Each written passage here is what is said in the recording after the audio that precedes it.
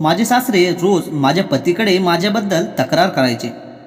कधी ती दिवसभर फोनवर बिझी असते, तर कधी ती माझ्या खाण्यापिण्याची अजिबात काळजी घेत नाही असे म्हणायचे। शिवाय कधी ते म्हणायचे की सुनेने आज चहा दिला नाही, तर कधी ते म्हणायचे की सुनेने आज माझ्या जेवणात मीठ वाढवले। कधी त्यांचे कपडे धुवायचे तर ते कपड्यांना माती लावायचे, तर कधी जेवणात लाल मिरची पावडर जास्त घालायचे। माझे सासरे माझ्या पतीला म्हणायचे की सून खूप बेफिकर आहे, तर हे सर्व खोटे आहे, मी तशी अजिबात नव्हते। माझ्या सासऱ्यांच्या प्रत्येक लहान मोठ्या गरजांची मी काळजी घेते। मी माझ्या सासरची खूप काळजी घ्यायची, पण का माहीत नाही माझे सासरे माझ्या पतीकडे सतत माझ्याबद्दल तक्रार करायचे। सासऱ्यांचे म्हणणे ऐकून माझा नवरा माझ्यावर खूप रागवायचा, तो मला खूप रागवायचा, मारायचा। कधी कधी सासऱ्यांच्या बोलण्यावरून माझे पती माझ्याशी बोलणे बंद करायचे। जेव्हा माझा नवरा मला मारहाण करू लागला, तेव्हा माझे सासरे मला वाचवण्यासाठी मध्येच यायचे आणि माझ्या पतीला विचारायचे की तू हिच्यावर हात का उचलला, तुला माहीत नाही की ती माझ्या मुलीसारखी आहे का? हे सर्व पाहून मला खूप आश्चर्य वाटायचे। माहीत नाही का तो माझ्याबद्दल माझ्या पतीकडे तक्रार करायचा आणि नंतर तो मला स्वतः वाचवायचा। त्याचे बहुरूपी वागणे मला समजले नाही। एके दिवशी मी मुलांना शाळेतून घेण्यासाठी जात असताना माझे सासरे म्हणाले की आज मला मुलांना हॉटेलवर आणायचे आहे। हॉटेलमध्ये गेल्यावर एक अज्ञात व्यक्ती माझी छेड काढण्याचा प्रयत्न करत होती। घाबरून मी घरी परतले। जेव्हा मी घरी परत आले तेव्हा मी पाहिले की माझ्या पतीच्या हातात, माझे नाव स्नेहा आहे आणि मी 24 वर्षांची आहे। मी माझ्या आईवडिलांची एकुलती एक मुलगी होते। काही वर्षांपूर्वी माझ्या वडिलांचा कार अपघातात मृत्यू झाला होता। त्यावेळी मी कॉलेजमध्ये BA करत होते आणि माझ्या कॉलेजमधला साहिल नावाचा एक मुलगा आवडायचा। माझे BA पूर्ण होताच साहिलने नाते घेऊन आईला माझ्या घरी पाठवले। मी याविषयी पूर्णपणे अन्नभिन्न होते। साहिल मला आवडतो, त्याच्या आईने घरी येऊन हे सांगितल्यावर मला आणि आईला धक्काच बसला। आईला हे नाते आवडले आणि माझे लग्न साहिलशी झाले होते। सुरुवातीला सर्व काही ठीक चालले होते। साहिल माझी खूप काळजी घ्यायचा, माझ्यावर खूप प्रेम करायचा, पण हळूहळू साहिलचा दृष्टिकोन बदलू लागला। तो अनेकदा माझ्या सासऱ्यांच्याबद्दल बोलून माझा राग काढायचा। माझ्या सासूबाई खूप छान बाई होत्या, ती नेहमी माझ्या वतीने बोलायची। ती मला प्रत्येक वेळी साहिलच्या रागापासून वाचवायची। वेळ निघून गेली आणि मी 2 मुलांची आई झाले होते। रोजच्याप्रमाणे माझा नवरा घरी आल्यावर सासरच्या मंडळींनी माझ्याबद्दल तक्रार करायला सुरुवात केली। सासऱ्यांची माझ्याबद्दल तक्रार ऐकून माझ्या पतीला खूप राग आला आणि त्याने मला मारायला सुरुवात केली। तेव्हा सासऱ्यांनी मला प्रत्येक वेळी सारखे वाचवले आणि माझ्या पतीला विचारले की तू माझ्या सुनेवर हात का उचलतोस, तुला माहीत आहे की ती माझ्या मुलीसारखी आहे आणि मग तिने कोणतीही मोठी चूक केलेली नाही, फक्त चहामध्ये जास्त साखर घातला। माझे पती म्हणाले, बाबा तुम्हाला काही झाले असते तर आज मी तिला सोडले नसते। असे म्हणत माझे पती खोलीत गेले। मी पण त्यांच्या मागे गेले आणि त्याच्यासाठी जेवण घेऊन खोलीत गेले। मी माझ्या पतीला जेवण खाण्यास सांगितले। तू माझ्यावर रागावला आहेस, माझा राग तू जेवणावर का काढत आहेस, तू जेवण कर, मी तुझी माफी मागते। मग माझा नवरा म्हणाला, ठीक आहे, यावेळी मी तुला माफ करत आहे, पण यापुढे मी तुझी एकही तक्रार ऐकणार नाही, नाहीतर माझ्यापेक्षा वाईट कोणी होणार नाही। माझ्या पतीचा राग शांत झाल्यावर मी आणि माझे पती एकत्र जेवलो होतो। मी माझ्या पतीला म्हणाले, तुला माहिती आहे की मी प्रत्येक गोष्ट खूप काळजीपूर्वक करते, मी जाणून बुजून काही केले नाही। वडिलांच्या चहात साखर कोणी टाकले ती मला माहीत नाही। माझे पती म्हणाले की ठीक आहे, तू आत्तापासून काळजी घे। माझ्या सासूबाई त्यांच्या आईला भेटायला गेल्या होत्या, त्यामुळे आता घरच्या सगळ्या जबाबदाऱ्या माझ्यावर आल्या होत्या। मी प्रत्येक गोष्ट काळजीपूर्वक करायचे, पण प्रत्येक वेळी चुका का व्हायची माहीत नाही। मला समजत नाही की हे सगळं माझ्यासोबत का होतंय। दुसऱ्या दिवशी सकाळी जेव्हा मी उठले तेव्हा मी घरातील सर्व कामे केली होती आणि मी मुलांना शाळेतून घेऊन जाणार होते, तेव्हा वडिलांनी मला थांबवले आणि सांगितले की माझे काही मित्र येत आहेत, त्यांच्यासाठी जेवण बनव। मला वाटले की मी स्वयंपाक केला नाही तर ते पुन्हा माझ्या पतीकडे माझ्याबद्दल तक्रार करतील, म्हणूनच मी पटकन स्वयंपाक करू लागले। मला वाटले की मी स्वयंपाक करून मुलांना आणेन, पण स्वयंपाक करून आणि सर्वांना खाऊ घालून मी मोकळी झाले तोपर्यंत संध्याकाळचे 4 वाजून गेले होते।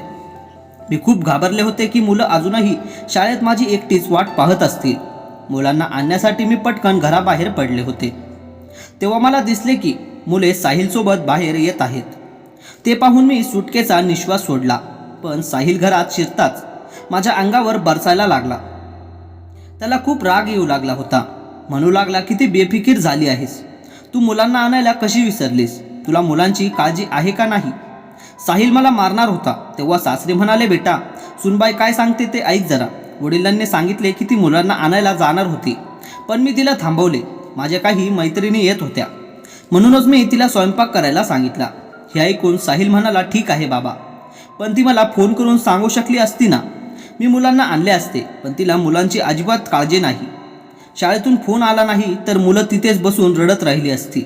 मी साहिलची माफी मागितली आणि भविष्यात मी कोणतीही चूक करणार नाही असे सांगितले होते. साहिल रागाने खोलीतून निघून जातो. रात्री आम्ही झोपलो असताना अचानक माझ्या नंबरवर कॉल आला. मी पाहिले की नवीन नंबरवरून कोणीतरी कॉल आला होता. मी फोन बंद केला आणि झोपी गेले होते. सकाळी साहिलने मला विचारले की रात्री तुझ्या नंबरवर कोणाचा कॉल येत होता. मी साहिलला सांगितले की आईचा फोन आहे. साहिल मला म्हणाला, एवढ्या रात्री का फोन केला. काही नाही, फक्त ती काही दिवसांनी येईल हे सांगण्यासाठी फोन केला होता. आता माझ्या नंबरवर रोज रात्री फोन यायचे आणि मी फोन बंद करून झोपायला जायचे. साहिल रोज विचारतो कोणाचा फोन आहे. मी काहीतरी बहाणा करायचे. आता माझ्या नंबरवरही मेसेज येऊ लागले होते. मला या सगळ्याची खूप काळजी वाटत होती. त्यानंतर मी माझा मोबाईल माझ्या चुलत दिराला दिला व त्यावर कोणाचे चुकीचे कॉल येत आहेत ते बघा असे सांगितले व तो वारंवार फोन करून मला त्रास देत आहे. कृपया त्याच्याशी बोला आणि तो कोण आहे आणि तो मला का त्रास देत आहे ते पहा, परंतु आपल्या भावाला काहीही सांगू नका. तो म्हणाला, ठीक आहे, तू काळजी करू नकोस. एकीकडे मला माझ्या फोनची काळजी वाटत होती तर दुसरीकडे माझ्या जावेची मुलगी पण आमच्या घरी आली होती. तिची जबाबदारीही माझ्यावर होती आणि ती दिवसभर घराबाहेर असायची. सकाळी मी मित्राकडे जाते असे सांगून जायची, पण संध्याकाळपर्यंत परत यायची. माहीत नाही ती मला कोणत्या संकटात टाकणार होती. एके दिवशी मी खोलीत बसले होते तेव्हा माझे सासरे माझ्याकडे आले आणि मला म्हणाले की सुनबाई, तुला साहिलला घाबरण्याचे कारण नाही. मी तुझ्या पाठीशी आहे. जर त्याने काही सांगितले किंवा तुला मारले तर तू त्याला घाबरण्याची गरज नाही ना. जर साहिल माझा मुलगा असेल तर तू सुद्धा माझ्या मुलीसारखी आहेस. त्यांचे बोलणे ऐकून मला आश्चर्य वाटले. ती विचार करू लागली की हेच आमचे भांडण लावतात. त्यांच्या तक्रारीमुळे साहिल माझ्यावर हात उचलू लागला. मग आज ते माझ्याशी इतके छान कसे बोलतायत. इतक्यात बाहेरून साहिलच्या किंकाळ्या येऊ लागल्या. मी आणि माझे सासरे उठलो आणि बाहेर गेलो. आम्ही गेलो आणि पाहिलं की साहिल माझ्या जावेच्या मुलीवर रागावत होता. मी साहिलला म्हणाले, काय झालं साहिल, तुला राग काय येतोय. उलट साहिल मला शिव्या देऊ लागला होता आणि म्हणू लागला की सगळा दोष तुझाच आहे. घराची नीट काळजी घेतली असती तर आज हे झालं नसतं. मी म्हणाले, काय झालं आहे सांगायला हरकत नाही. मग साहिल म्हणले की तुला माहीत नाही ती रोज कुठे जाते. ती रोज कुठल्या तरी मुलाला भेटायला बाहेर जाते आणि तू मला आजपर्यंत हे सांगितले नाहीस आणि उलट तू तिला साथ देत आहेस. मला वाटले की तूही त्यात मिसळली आहेस. हे ऐकून सासऱ्यांची तब्येत ढासळू लागली. आम्ही सगळे त्यांच्याकडे धावलो आणि पटकन दवाखान्यात नेले.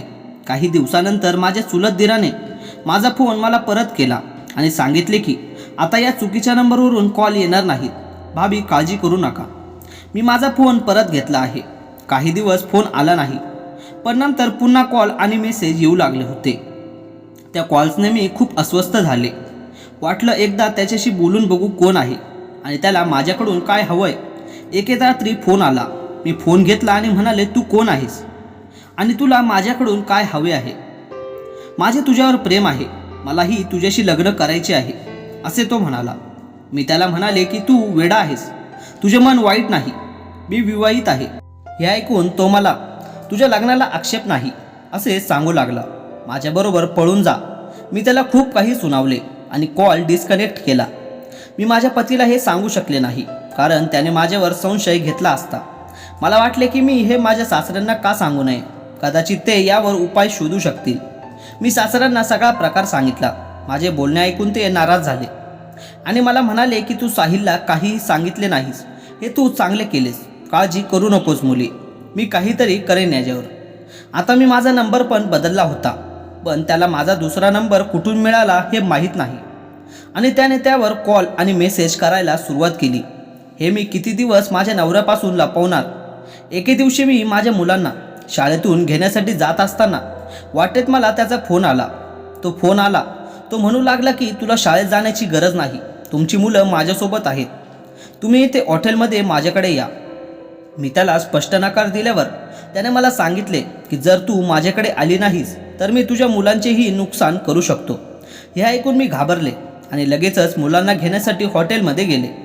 मी हॉटेलवर पोहोचले तेव्हा तिथे एक माणूस होता ज्याच्याकडे माझी मुलं होती. तो मला पाहून माझ्याकडे येऊ लागला. त्याच्या चेहऱ्यावर मास्क होता, त्यामुळे मी त्याला ओळखू शकले नाही. मी मुलांना म्हणाले, अंकल तुम्हाला ओळखतात का?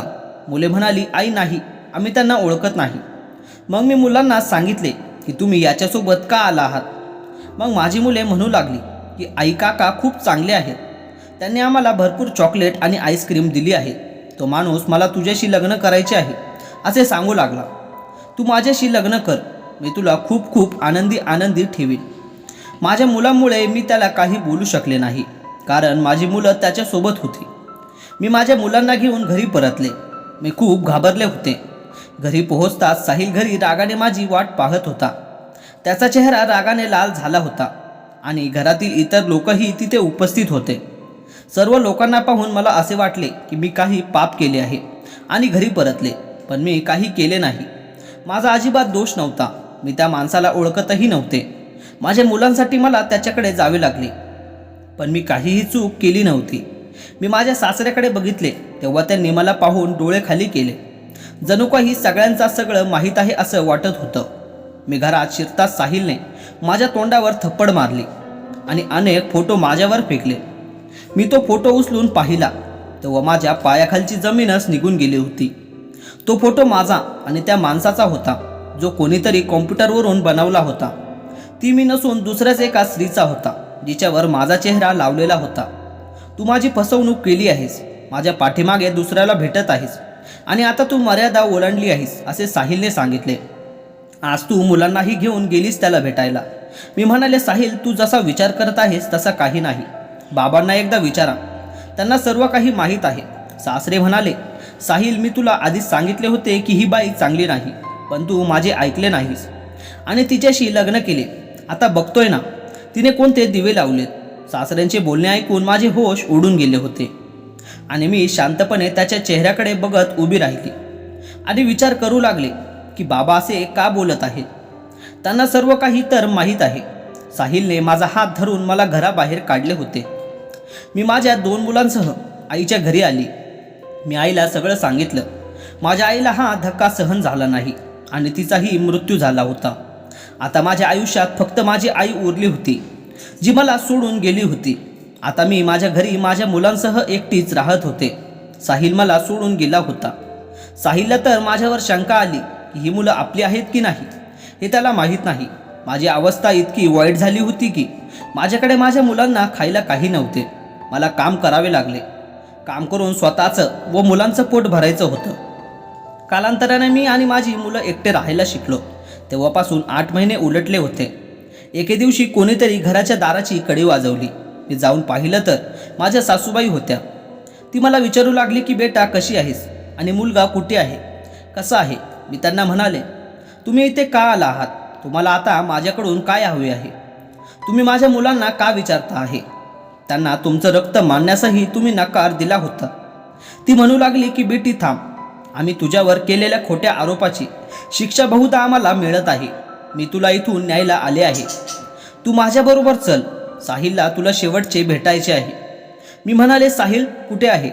तेव्हा त्यांनी मला सांगितले की साहिल हॉस्पिटलमध्ये आहे आणि त्याची प्रकृती खूपच खराब आहे. त्याला तुला आणि त्यांच्या मुलांना भेटायचे आहे. हे ऐकून मी तात्काळ माझ्या मुलांना घेऊन हॉस्पिटल गाठले. साहिलने मला पाहताच माझी माफी मागितली.